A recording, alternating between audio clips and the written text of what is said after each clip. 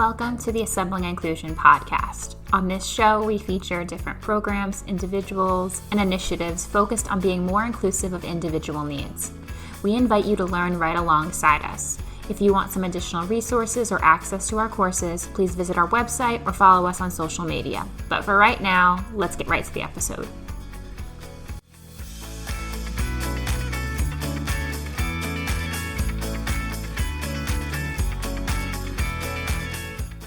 Today we're talking about an organization that has been around for 30 years this year called Do It, which is based out of the University of Washington. There are so many different components and pieces of this program, from supporting students and families to educating higher education faculty and professionals to training on universal design and accessibility. We talked to Sheryl Burgstahler, who founded Do It, about the work that has been done, the various opportunities that exist, and the long-standing impact of the program. So let's take a listen. Welcome back to the Assembly Inclusion podcast. Today, we're going to be talking about Do It, based out of the University of Washington. Do It is an acronym that stands for Disability, Opportunities, Intern Networking, and Technology. We're going to be talking to Sheryl Burgstahler, who is the founder and the director of Do It. So Sheryl, thank you so much for joining us today. Oh, well, thank you for inviting me.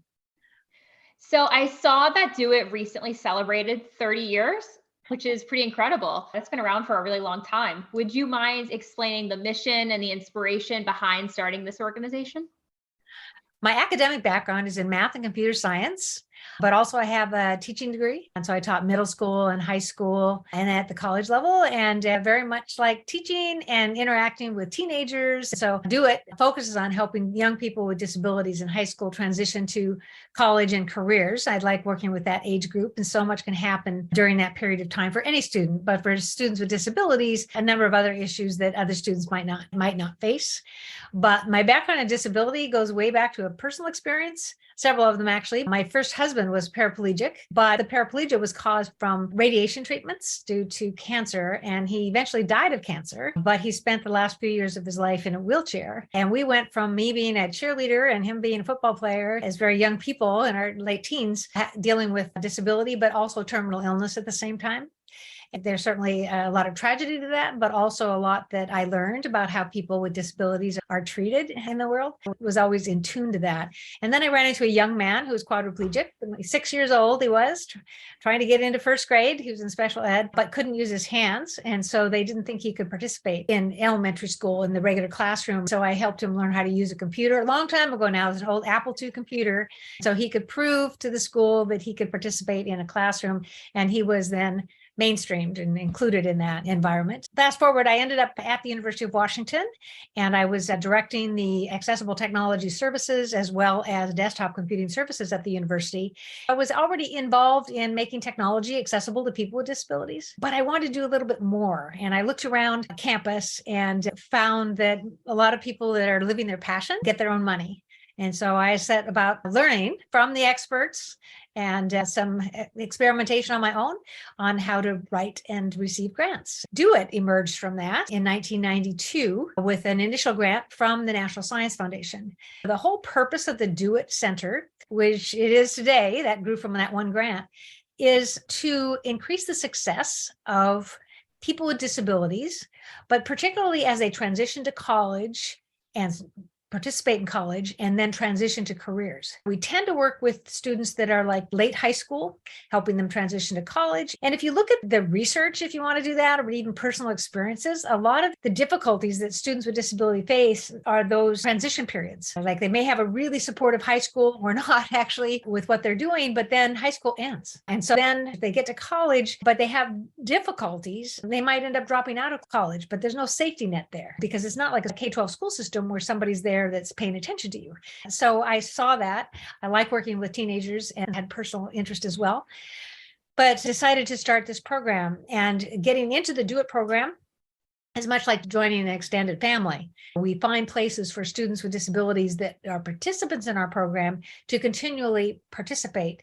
We have a Do It Scholars program, for instance, for high school students with disabilities, and they learn about college life, live in the dormitory and so forth, get access to computers. But then as they get older, they increasingly become mentors to the younger students that come into the Do It Scholars program. So they can stay and participate as long as they want. We have students in their 40s that started the program back in 1993 or around that time that are still participating in the program. They might help us give presentations, be on panels at conferences. They mentor the younger kids that come along, much like a family would. We had one student say, it's easier to get into Do It than it is to get out. That's so nice, though. I didn't realize that people were still involved from the very beginning stages of the program. That's really amazing that they're still mentoring and supporting the new students who are coming through the program. That's really incredible that they're still heavily involved in the organization. Yeah. We've had a few even marry each other. Oh, that's so nice. It's like a love story. They met in the program. That's so sweet. I love that. So you had mentioned the Do It Scholars program, and I was reading in the big 30th anniversary announcement the statistics from the program, and I had seen that over, I think it was 570 students have benefited from the program, which is like a tremendous amount of students. Could you speak specifically to that program and how you mentioned like the mentorship and how it works with students coming in and learning more about college, but could you talk a little bit more about that program?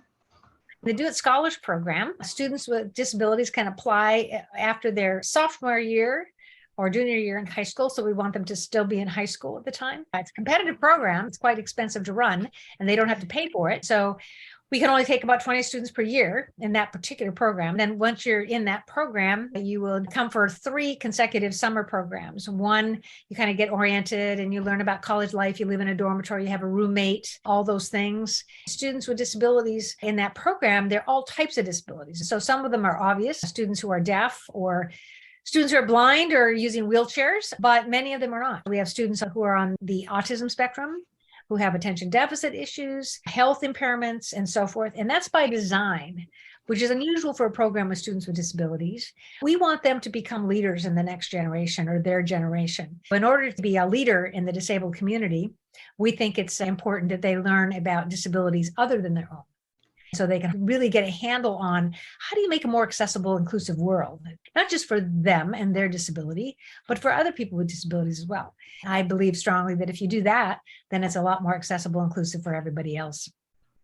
So they come to the summer program and they participate for a couple of weeks. And then the next year they come back. So we have this cohort sort of thing. And this new cohort will come in and they'll meet the new scholars. They'll also meet the ones that were the year ahead of them. And so it broadens their community and their connection to the program since they know more people in the program. The third year is an optional year where they are actually interns in the program. We don't pay them, but they get free room and board, and they are workers. And they learn how we run the program behind the scenes. Their job is just not to have fun themselves, but to make sure that the younger scholars have fun and learn what they're supposed to do in the program. And so that's an essential part of the program as well. But you can see we have these 3 consecutive years. And so we can build on that for this community to continue to engage online mainly after that. That's really great that it's multiple years. That's really great for that community building. I love the fact that new people are coming in and they get to experience the people who came before them. That's a really nice reciprocal relationship. I like the fact that it's all mixed too, all different types of disabilities, because you're right, I haven't seen that often. Yeah, that's not a real common thing. We, right from the beginning, we have to deal with that there's a level of discomfort in some cases that they often don't vocalize until the end of the program, actually. Students who have physical disabilities think, well, I didn't know about kids with learning disabilities, but we kind of embrace that awkwardness. That's okay. That's all right. We'll even have small groups where they're in the small group with students who have disabilities similar to their own, especially early on in the program. It helps develop that comfort level. But then most of the time, the disabilities are mixed, and it gives them some experience too about what they can contribute. For example, if you're in an engineering lab, hands-on lab, and your lab partner is blind and you are quadriplegic and you're not provided with any accommodations, you can kind of figure out who's going to do what. We make sure that the combination of those two people have all the skills that they need to do that thing in that engineering lab. And then when they become interns, same thing. We might have 2 people that are in charge of the treats, getting the treats out and organizing them, getting them in there on time after a program is ending. But we make sure that between the 2 of them, they can organize the activity in such a way that they can do it well. And so a student can't just say, well, I can't see the treats, and so therefore it's kind of a mess. No. You've got your partner. You've got somebody who can see and see. Does that look okay? Is that an attractive display of candy and other treats for the program? It's a nice collaboration then. That's really awesome that that's how it's structured. It really focuses on them figuring out what they have to contribute, not focusing so much on what they can't do. We're not so interested in what they can't do. We're interested in what they can do. And that's what their future employer is going to be interested in as well. I love that mindset. It's a shift to the positive, the strengths, the abilities, as opposed to something you feel like you can't do. I think that's a great mindset. What other opportunities do you have within Do It that exist for students that are in high school or actively in college? Are there any other programs? We have quite a few programs. And one is just the Do It Pals program. And that's open to any student with a disability that's a teenager that's thinking about going to college. That program is fully online because it isn't expensive. And so you can join our electronic community and you will interact with the scholars and other students with disabilities. So you can get that part of it. In that electronic community, you also learn about internships that are available in the summer and all the other things that the Do It Scholars hear about. You get that as well. So that's one option for students that don't go in the scholars program, but anybody else that hears about it. Then we have individual projects like Access Computing is one that we've had 5 separate grant proposals that were funded by the National Science Foundation. The Access Computing project is to increase the success and the participation of people with disabilities in computing and IT careers. Like many of our projects, we take a stakeholder model. We look at students with disabilities, that individual student as the hub on a wheel, if you can imagine it. And then around the edges on those spokes are the different stakeholders that can promote their success or erect barriers to their success. And we work with those stakeholder people in those roles. So Access Computing, again, we work with students who are interested in computing careers, high school students, college students. We publicize that program. So we have participants from all over the country because it's an online community. And so we can do that. They have mentors, but then we also work with other stakeholders. A big one is faculty members. So we work with IT and computing faculty members to help them include students with disabilities in their courses so that the environment will be more inclusive. What does that mean? Well, if they're using documents in a PDF format that's not designed for access for a blind student who uses a screen reader, we show them how to design that better, but give them tips for including students on the autism spectrum or students with other types of disabilities in their classes. But we don't stop there. We encourage computing and IT faculty members to include disability-related content in their courses. We feel that too many people in computer science and other fields are graduating with no knowledge about accessibility. And then they might show up at Microsoft or somewhere where they have an opportunity to make accessible products and they don't know how to do it. So we're really working closely with faculty to help them develop some skills and some ideas about how they can consider accessibility in their courses. And then, as I mentioned earlier, we work with mentors, we work with disability services offices to encourage students with disabilities to pursue computing and IT. We work with IT companies. So we work with Google and Amazon and Microsoft to help them increase the accessibility of the products that they produce. One example of that is we've worked a lot with Zoom to help them continue to make their product more accessible to presenters, but also attendees and meetings that are hosted by Zoom. The program has such a wide reach. That was like my big takeaway from when I was looking into it initially. There's so many things that you're doing. I love the fact that you're educating the faculty to not only about the accessible curriculum, the accessible materials for their students, but then just disability overall, because you're right. I think there are a lot of people going into the world of computer science with knowledge of programming, which, yes, you need to know how to program and code, but lacking that accessibility knowledge. If we had more programmers going out there knowing how to make accessible materials, it could be already incorporated into their design. So there was the Access Computing program, and there's a lot of different access programs. What do you think have been the most popular ones So much depends on what grant we're applying for, because almost all of those named projects are funded by a specific grant or multiple grants, like Access Computing is funded by 5 different sequential grants. We have partners. For instance, we're partnering with the Computer Science Department and the Information School on our own campus. And so that's one thing that's characteristic of all of our projects, is that we're just not trying to do it ourselves. We're trying to partner with the appropriate organization. So I'd say Access Computing might be considered the most popular one, but it's because it's been around so long. But we have a project called Access STEM, Science, Technology, Engineering, Mathematics, that came from a sequence of projects funded by the National Science Foundation as well. And it's more broadly focused on science, technology, engineering, and mathematics. But we do many of the things that we do in Access Computing. And then sometimes we actually will focus on a particular group within the disabled community. A good example of that is our NNL project, which is a neuroscience for neurodiverse learners. So we're working with neurodiverse learners, roughly defined as people that their disability kind of impacts the way they think through things. Students that are on the autism spectrum, students with certain types of learning disabilities, attention deficits, and so forth, are invited into that program, and they're learning about neuroscience. The goal is like Access STEM, and we want them to take interest in science, and that's what NSF cares about. But it's a little bit more of a monogamous group in that they have similar disabilities, which is okay too. We do a lot of different things, and it depends so much on what NSF says they want to fund. And they'll come up with a solicitation, and we then will respond to it. And in all cases, we have to make sure we provide what they would like to do, NSF, and we fit our program in there. Often the ones we're competing with, other project proposals, are also into this broadening participation community, which is usually focused on women and racial ethnic minorities. And so we kind of get in there, and often they'll fund a bunch of grants under a certain category, and we're the only one that's focused on disability. But we always put in there too that we're very interested in supporting intersectionality. So if a student has a learning disability, but also is from a racial ethnic minority group or female or whatever, we pay attention to those other minoritized status that they might have that contributes to their experience. That's a great point, that not only is it the disability focus, but you could have all those intersectionalities that go into play when somebody is applying into that program. So you could be supporting a wide variety of people that just happen to all have a classified disability, but then there's other factors at play, which is really awesome. And unfortunately, some of those programs don't deal with intersectionality back the other direction. We work with, and this is another type of grant we get, Access Cyber Learning.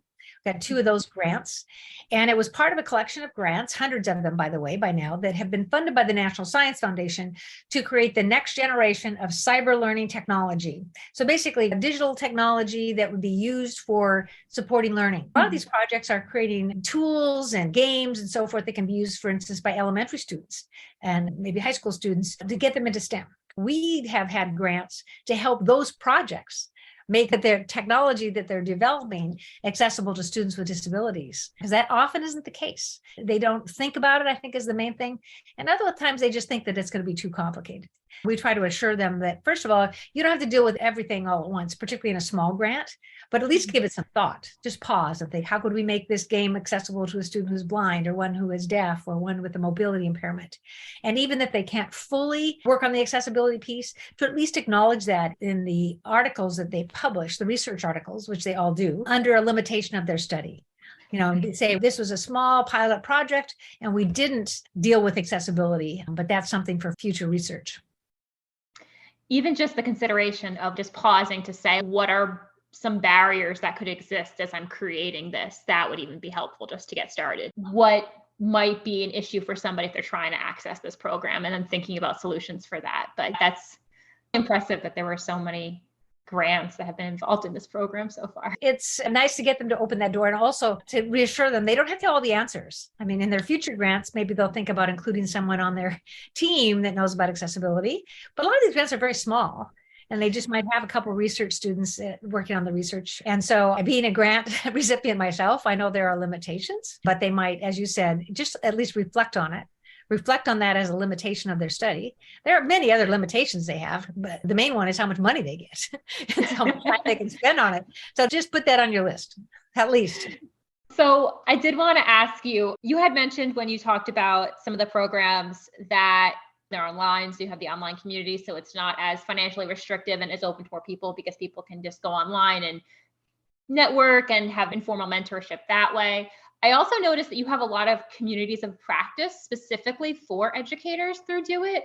I was wondering, how do those communities typically function? Many of our projects will have a community of practice. And that's different, as you said, that's different from the student part of this, which we'll often call the Access Computing team, or the STEM team.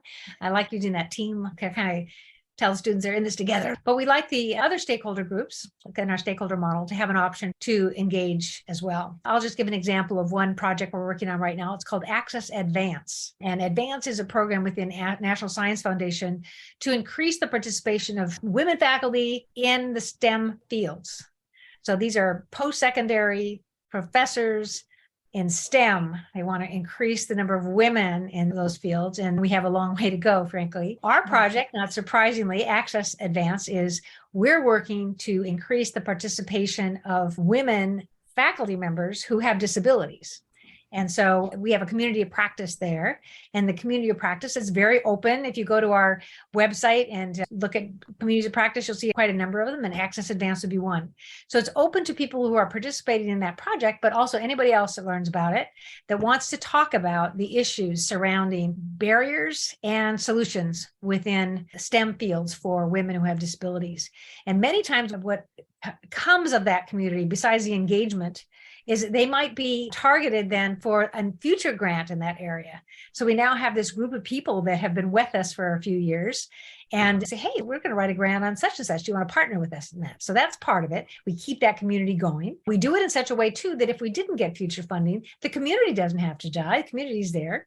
And our future projects might be doing things like we'll send out to the communities we have information about grants that are coming up they might want to apply for, or programs like a webinar they might want to go to that we're sponsoring as part of a different project. So they're still in the loop. And so they're still getting this resource from us, even though we're not expending new resources on that particular thing, but we are doing it in other projects.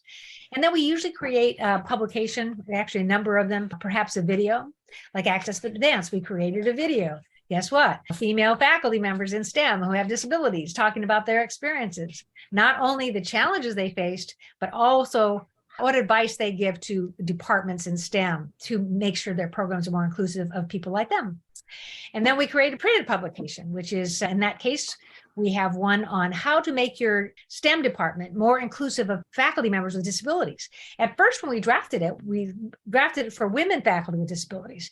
And then we realized as we were adding these things, we used our community of practice to give us ideas, by the way, and to continue to give suggested edits to us. So there's a lot of engagement with the community. What we realized is there wasn't one on the list that didn't apply to men faculty members as well who have disabilities. It's about disability. Even if you look at the intersectionality part of it, it's the disability that's a major barrier.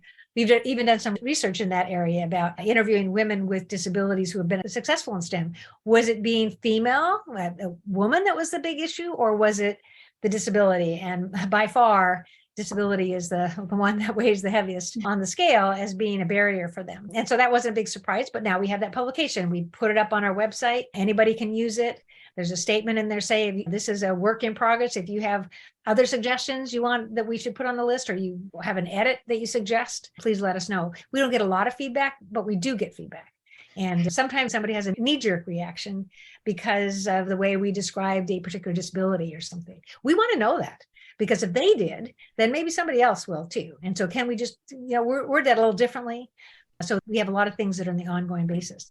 We also have a knowledge base, and we have over 700 articles within our knowledge base. The articles are in 3 categories. Could be a promising practice at another institution or a project that would be described, or it could be a case study about a particular student or faculty member with a disability and how they were accommodated to be successul. Or it could just be a Q&A. How do blind people use computers? Or what does the ADA say about access to technology? In every project we have, we add to this knowledge base. We have over 700 articles in there at this point. But then if you go to a particular website, let's say Access Advance, we will have gone through all of those 700, and we will have tagged those that are relevant to that particular audience. And so if you go to the knowledge base on that website, you'll get a tailored knowledge base of only articles that are relevant to access goals. Wow, that's a lot of articles. I did start to go through and see some of them. It was a lot, and I'm sure it must have taken a long time to curate all that information. One of the things I really liked what you said, it's the continuous reference back to community I know you said at the beginning that it's a community, but you can see that in your explanation just now. It's just how much having that ongoing feedback with people while you were creating the publication, giving them the opportunity to give feedback, saying that this is a work in progress and continuing, which is so important because I feel like, things are changing within the disability community all the time. Like terminology changes, explanations change. So it's great that you had that opportunity to say, we're still changing. And as things change, we will update, because sometimes you don't see that. Sometimes resources are kind of out there and you're like, well, that's not relevant anymore. So it's nice that you're continuously working with the community to update information as it comes out, or just people's perceptions if something wasn't phrased right, even just fixing that. It's not complicated. It's like, let me understand why you had this reaction to it. Let's think about that. Would this work? Would that work? You don't have to throw it away, but let's make it better. Yeah, let's have a conversation about how to make improvements as opposed to just getting rid of it entirely or leaving it as is. What's somewhat unique about our project too is elevating the roles and honoring the roles of different stakeholders. There'll be some disability related programs that, you have to listen to students with disabilities. And we do. That's our primary group, right? But when we do something like Access Advance, we need to listen to the people without disabilities too. We need to know how people without disabilities in a department might feel about a faculty member who has a disability in that department. It's not necessarily a right or wrong thing, but some of that comes back from my experiences in growing up as a minority in computer science and mathematics, my original fields. There were very few women. And some people who were promoting women in various fields kind of left out the men. And my experience was always, we got to keep these men in here. We have to find some allies. They have all the power and all the money and all the positions. We should work with the majority as well. We should learn to. And some of us had to do a lot of making the coffee for the meetings and so forth to kind of get our foot in the door. But knowing why they were concerned about women in their fields or awkwardness, sometimes it was just awkwardness. Like in computer science, I felt like a lot of the men in computer science are just like kind of awkward being around me because I was the only woman in the room. It's like, well, that's good for me to know. And maybe I can help them be less awkward. I don't know. But it's important to listen to parents. What are the parents experiencing? Many parents of a student with a disability, they don't have personal experiences with a disability. When they were in K-12 school, they were, supported by the people who did, special ed teacher and a counselor and whatever. But imagine the parent when their child graduates from high school, it's like they're kind of on their own, and in a different environment where their student has to request an accommodation, for example. And how many students, when they go to college, are comfortable requesting something special from a faculty member or anybody else? And so sometimes these students will shy away from even telling anybody they have a disability. And so they don't get those accommodations that could help them be successful. When I was a special ed teacher, that was something I thought about as my kids were talking about going to college. I feel for the parents because you have a team with you. You're right. You have an entire team of teachers and child study team and LDTC, behavior, whoever's on your team for the IEP. And then all of a sudden it's like, poof, and it's gone. I'm just happy that like a program like this exists that gives students an opportunity to see what college is, to help students feel empowered and like leaders, which might lead them into asking for the accommodations that they need. The faculty awareness of how to support the students, which is huge. Like, a faculty member being able to say like, oh yeah, that's something I could do. I know all about that. I'll do that already before I have a student like that in my class. Like, exactly. It's good for anybody. Which is what is universal design, which is another thing that we promote with employers, but also academic institutions, is what are some things you might do, for example, in your online class to minimize the need for accommodations for students with disabilities. And there's some things that they could just do. For instance, if they have a little video introducing themselves to the class, like I do in an online class I teach, make sure that that video is captioned and it's accurately captioned. And if you look at the videos on YouTube, you realize a lot of them aren't accurately captioned. And that's because in most cases, people who create videos and post them online, which would be a lot of faculty, don't realize that YouTube has really good editing services there. All they have to do is get into the editing and they can put the punctuation in. They can correct the misspelled words rather than just sit back and complain about those darn old captions that are not very accurate. And I like to tell faculty members, it's actually kind of a mean trick when you think about it, if that video is not captioned accurately. When for someone like a person who's deaf, or even someone who's an English language learner and also needs to see punctuation and correctly spelled words. You take a course like chemistry, for example, you can imagine, all the words that would be spelled incorrectly by a computer. That's just a simple example of how we're working with these stakeholder groups to create an accessible environment, whether it's in college or onto careers, but also then having the students prepared. It's like both are important, and we work in both fields. Yeah, there needs to be both sides. One of the things, speaking of the training of faculty, of employers, I saw in the 30-year breakdown that I think there were 1,000 training sessions that have been held since the program started. That's mostly, I assume, then for faculty members and for employers on accessibility, universal design. Are there any other areas of focus for the trainings that have been held? Well, we have trained different audiences like disabled student services professionals. I often will do training there, and it's to talk about universal design, that they're charged with providing accommodations. But it's good for them to also know about universal design and how they might want to promote some of these universal design practices with faculty on their campus. And so that would be a stakeholder group, this disability services group. And also by learning about universal design, they might, change some of their correspondence with faculty. And so faculty know that they could integrate some of these things within their classes. And some disability services offices, through our efforts and others, of course, but have kind of incorporated universal design as part of what they're doing, that they want to spread the word about accessibility and get faculty members to buy into this idea that they could do some things that would actually make your course better, not just for a student with a disability, but for other students as well. Yeah, that's exactly the point. I think that's something more people need to understand about the universal design process. Like they're thinking like, oh, it's just gonna be like 1 or 2 students. And it's like, no, those changes would benefit, I think, everybody involved. It really helps for them to understand that it wouldn't just be for like 1 or 2 students, it would be for like a large majority of students that would benefit from these supports. Yes. So I did want to ask, I know there are a lot, and it's been, I'm sure, 30 years of successes, but what do you think have been the biggest successes that have come out of Do It so far? We track a limited number of students if they agree to be part of our research. And there's a longitudinal study up on our website with a summary of data thus far. And we go back and interview students repeatedly over the years who, again, have agreed to be part of our study. And the thing that's most rewarding to me is the success we see in the students that are in our program. And the ones that we keep in touch with the most happen to be the Do It Scholars, because it's funded on an ongoing basis. But what I like to see is these students that transition to a higher level, like to a community college or 2-year school or a 4-year school, and then between those, and then get into employment, and then share their experiences with the younger people. I just feel like there's just so much power when that happens. It's like, how can you ask for anything greater than that? And on our discussion list, we have the group mentoring model. I do not do one-on-one assignments because, first of all, it takes a lot of resources to do that. And I want to keep those communities going, even if we don't have those resources. But also, once you make a one-on-one match, are you going to do it by disability or by the topic they're interested in? And I believe in cross disability, cross other identities. I had some great mentors when I was young in computer science and mathematics. Not one of them was a woman. If I waited around to find a woman doing what I wanted to do, it wouldn't have happened. I like to see students with disabilities who are mentoring students who don't have disabilities. I really promote that. This last week, there was a student that posted on one of our lists. He kind of apologized. So I haven't posted a lot on this list, but I'm really trying to get into independent living. This is a young man who has cerebral palsy and he needs some personal care, but is pretty independent. And it happened on a weekend. He posted this message and is typical of me. I'm on the list and my other staff. We wait until someone answers. We really much prefer the other participants to answer it. In this particular case, it went like 2 days and I was kind of keeping my eye on it and nobody responded.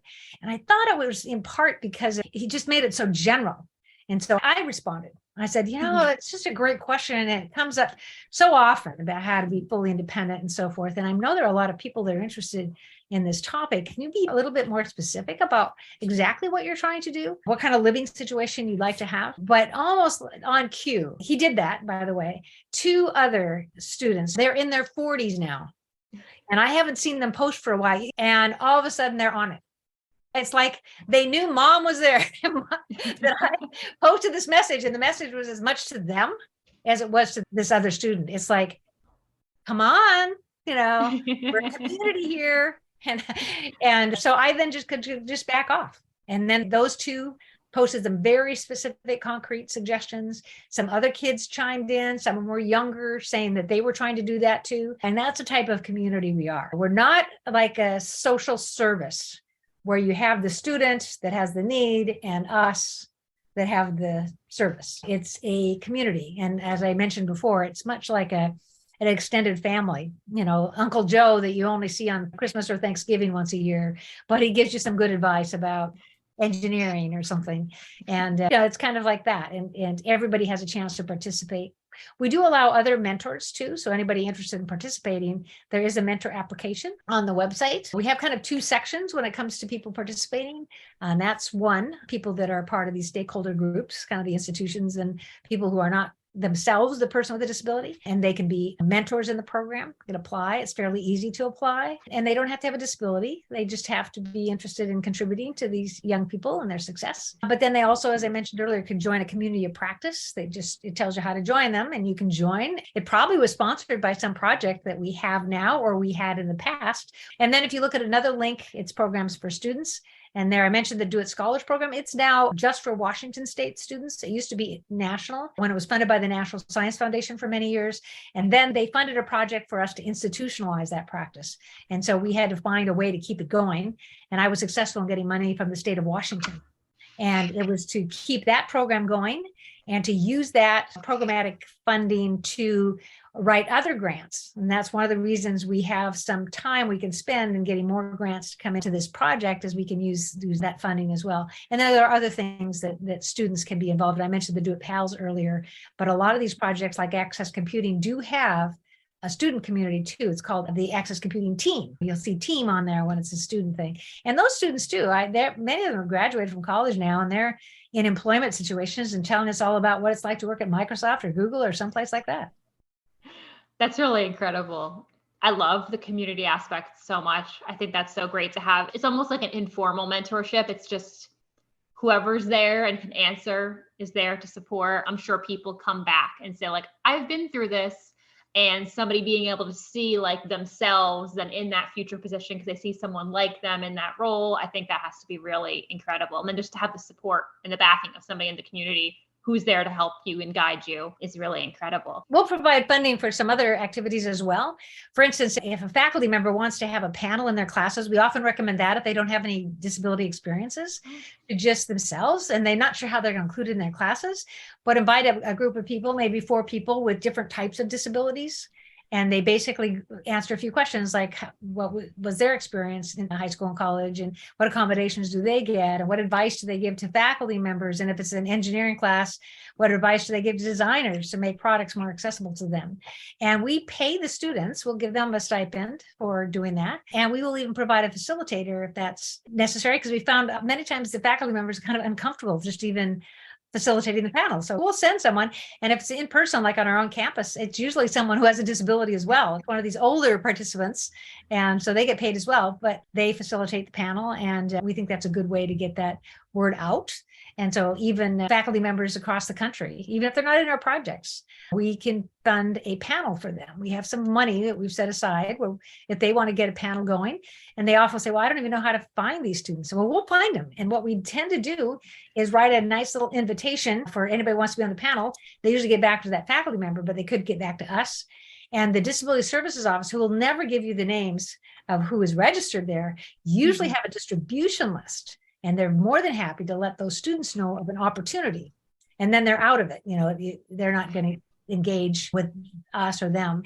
And then we find these students, and then we have a facilitator. So we don't have to know the students ahead of time. And we just want to make sure they have different kinds of disabilities. So there are different perspectives that come out in the conversation. Oh, that's really awesome. I didn't know that was happening right now. So that's really cool that that's another opportunity, again, to learn and to share. Well, I just want to thank you so much, Sheryl, for joining us today. And I'm really amazed by all of the programs and all of the resources with Do It. And I'm going to make sure that I share the link to some of those pages in the show notes so that everybody listening can check it out. And I just really want to thank you so much for sharing all with us today about everything. Well, you're welcome. Again, thank you for inviting me.